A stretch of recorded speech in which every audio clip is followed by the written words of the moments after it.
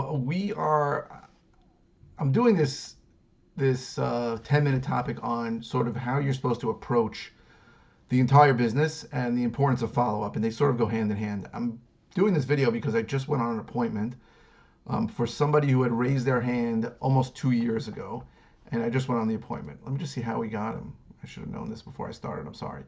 Um, but your approach to this business has to be that you're trying to solve seller problems. That's the only way to make this work, right? If your approach is, I'm trying to buy these things at a deep discount and I close fast and all that stuff, sellers don't give a crap about that, right?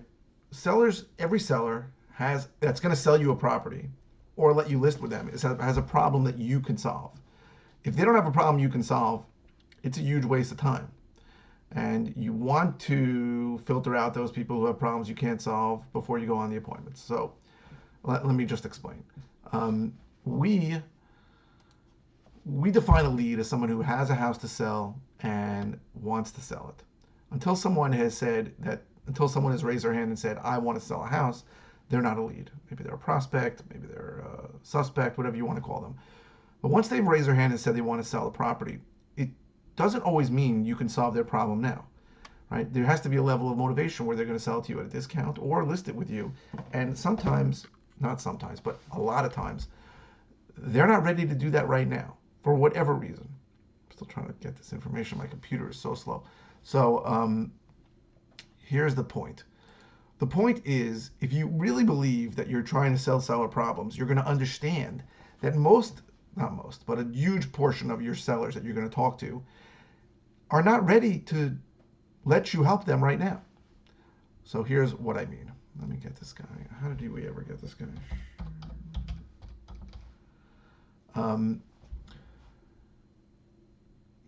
I know that when you go online or you read stuff on TV, the idea is that there's billions of people out there who have some kind of crazy issue that they can't list their properties with, and you're going to hit them based on some list, and therefore you're going to be able to buy the property in 2 weeks.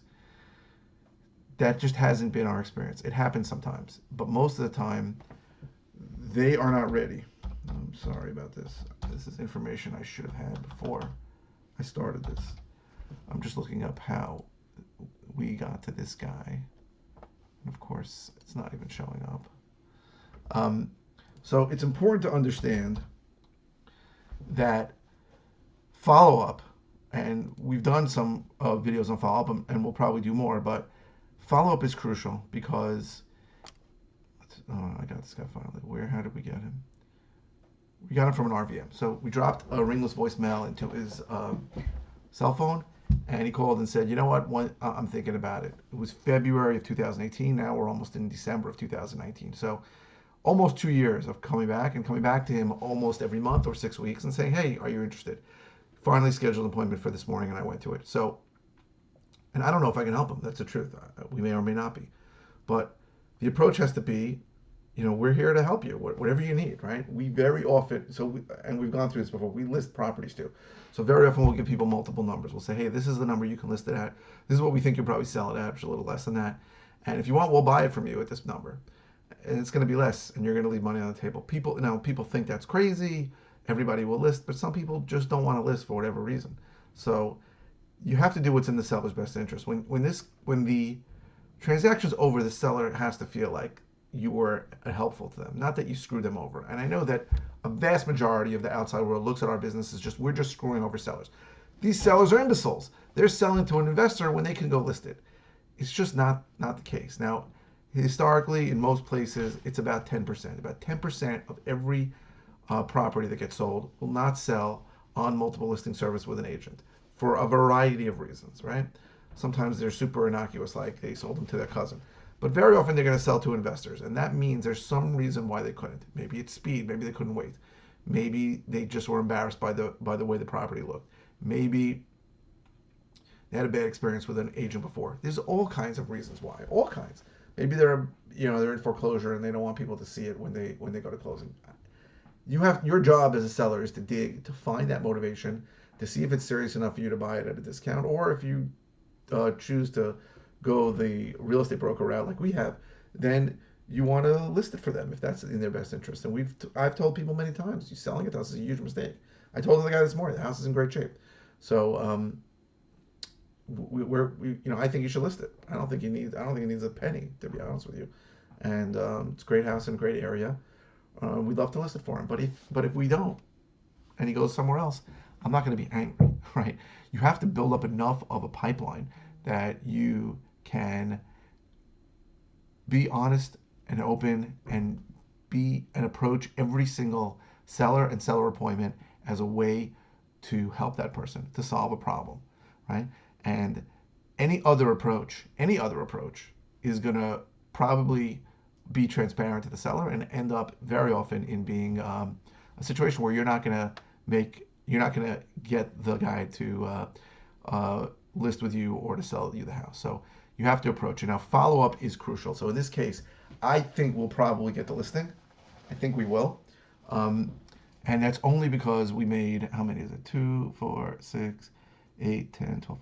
We made 14 attempts to talk to 14 touches to this guy over the last, 18 months. So we've reached out to him almost every month or every month and a half. You have to be top of consciousness. You have to be.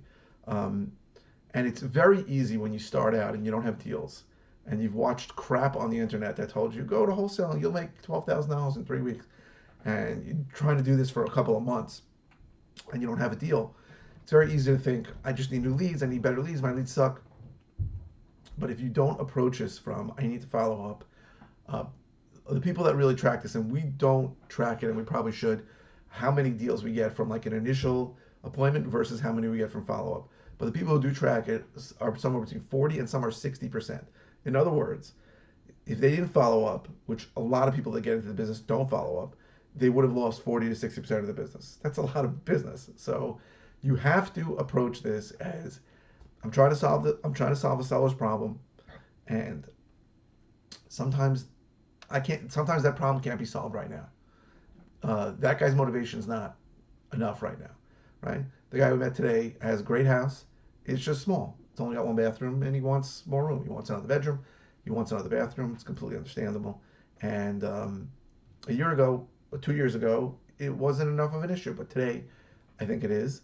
And I think we're going to list it for him, and I think we're going to make money on it. So you've got to understand there's gold in the leads, in the follow-up. If you don't systematically follow up with these leads, keep contacting them back on a regular basis, and we have videos on follow-up on how to do it, you are absolutely leaving money on the table. And sometimes it can be half the business. So just think about it. If you could double your business by sticking to follow-up. Now, some of the follow-up's done by me, some of it's done by leads manager, but if you're starting out, you're going to do it all yourself, of course. But you need, it's one of the reasons why you need some kind of CRM, a customer retention management system, right? And it can work with a Google Sheet if you're systematic about reminding yourself to call people back every month. But the advantages of a CRM is that it'll put tasks ahead for you and remind you to do it.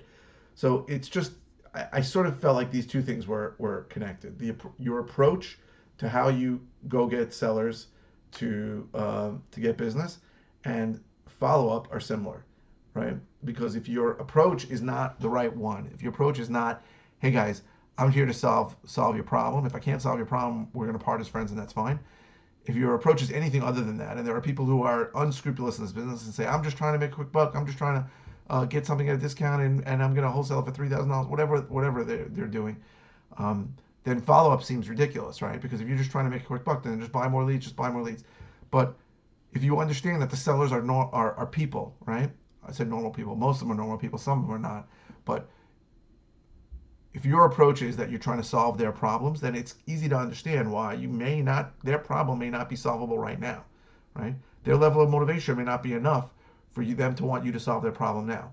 You need to continue to follow up so that when that motivation grows because of whatever circumstances, whether it's a circumstance with the house, the roof caved in, circumstance with them, they lost their job, whatever it is, you need to be there to solve their problem then, right? In this case, the guy has a great house. He just wasn't motivated enough to move. You know, he had been in the house 6 years before, a couple of years ago. Now he's in there 8 years, and he just needs more room. His kid's getting bigger. So That has to be your approach and how you look at follow up and how you approach every seller interaction. Solve their problems, help them, but understand you may not be able to help them today, but hopefully you can help them in the future.